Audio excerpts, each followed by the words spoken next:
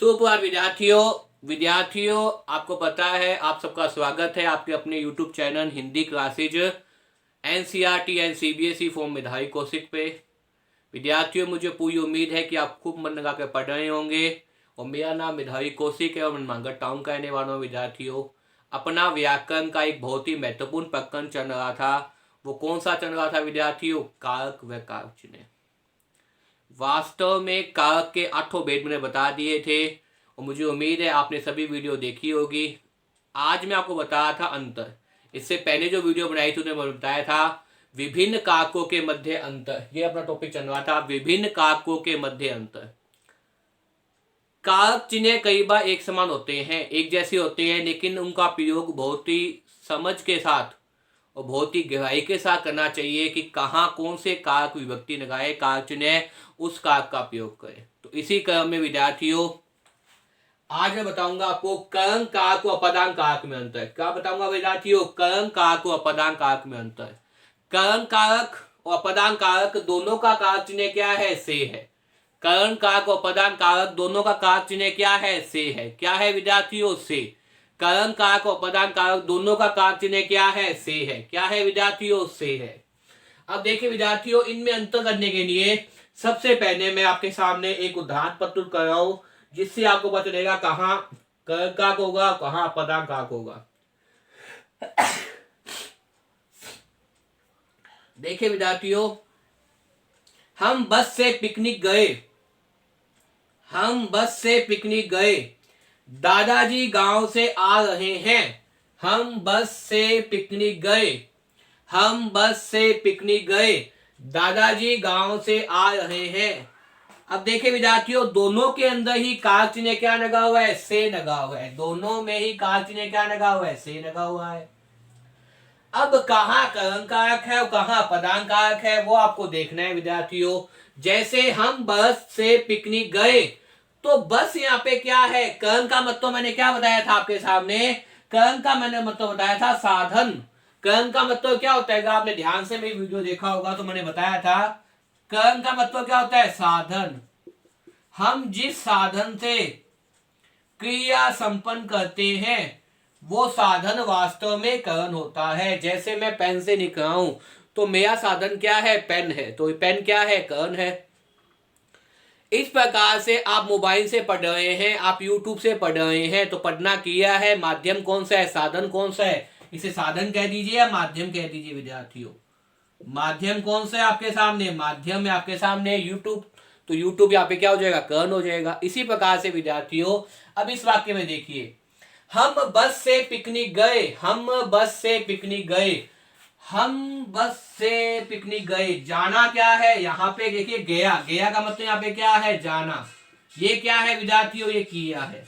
ये क्या है विद्यार्थियों? किया है। अब हम बस से पिकनिक गए, तो यहाँ पे साधन कौन सा है? साधन है यहाँ पे बस। तो इसलिए यहाँ पे क्या हो जाएगा? कर्ण कारक। बस यहाँ पे क्या हो जाएगी विद्यार्थियों? कर्ण कारक। क्या हो जाएगी? कर्ण कारक। को से क्या हो जाएगा? कर्ण कारक चिन्ह।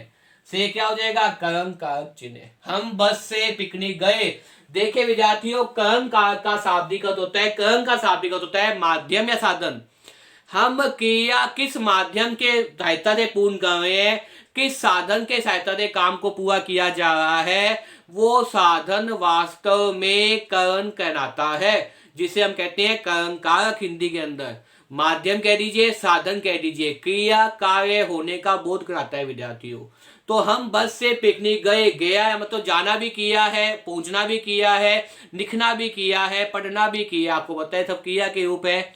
लेकिन हम बस से पिकनिक गए तो हमने किस साधन का उपयोग किया? पिकनिक जाने के लिए बस का उपयोग किया। तो यहाँ बस क्या हो जाएगा आपके सामने? कर्ण कारक चिन्ह।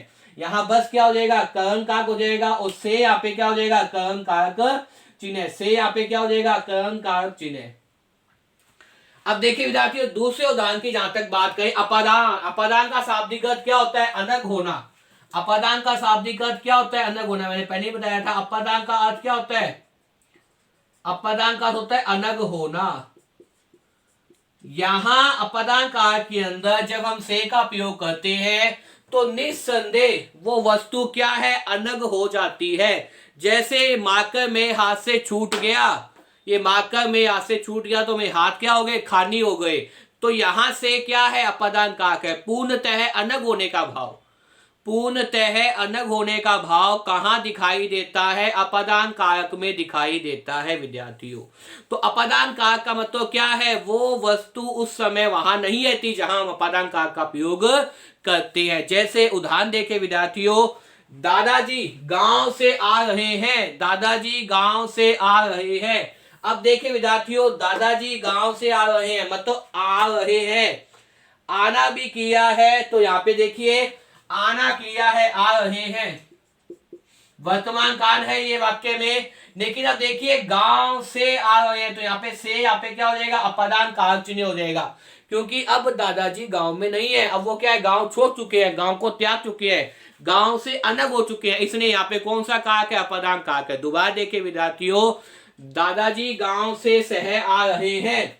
यहां देखिए गांव दादाजी के यहां वहां से निकलने में क्या है, अलग हो चुका है, अलग कराने का बोध करा हुआ है, अलग कराने का भास करा हुआ है कि गांव को छोड़ चुके हैं। इस वाक्य के माध्यम से हमें पता चल रहा है कि दादाजी क्या है, गांव को त्याग चुके हैं, छोड़ चुके हैं। अतः इस प्रकार जब अलग हो रहे हैं तो यहाँ पे क्या हो जाएगा, अपादान कारक हो जाएगा। और से यहाँ पे क्या हो जाएगा, से यहाँ पे क्या हो जाएगा विद्यार्थियों, अपादान कारक। से यहाँ पे क्या हो जाएगा विद्यार्थियों, अपादान कारक चिन्ह। से यहाँ पे क्या हो जाएगा, अपादान कारक चिन्ह। और गांव यहाँ पे क्या हो जाएगा विद्यार्थियों, अपादान कारक। क्योंकि अपादान का अर्थ ही क्या होता है, दो वस्तुओं का अलग अलग हो जाना। जब कोई भी वस्तु एक स्थान छोड़कर दूसरे स्थान पहुंच जाती है, अर्थात पहले स्थान के अंदर वो वस्तु हमें दिखाई नहीं देती कभी भी, तो वहां क्या होता है, वास्तव में अपादान कारक होता है। क्या होता है विद्यार्थियों, अपादान कारक होता है। इस वाक्य के अंदर जो कर्ता कौन है, कर्ता आपके सामने दादाजी है, गांव से आ रहे हैं, आना क्या है, किया है, लेकिन अब वो गांव को छोड़ चुके हैं, इसलिए यहाँ पे कौन सा हो जाएगा, अपादान कारक चिन्ह। और से यहाँ पे क्या है, अपादान कारक चिन्ह है। तो इस प्रकार से विद्यार्थियों दोनों वाक्यों के माध्यम से जाना कि कहां तो हम कर्म का उपयोग करते हैं। कर्म का मतलब क्या है, साधन, कर्म का मतलब क्या है, माध्यम। तो क्रिया जो है वो किस साधन के द्वारा कराई जा रही है। अगर ऐसे वाक्य हैं तो यहाँ पे से क्या होता है, कर्म कारक होता है।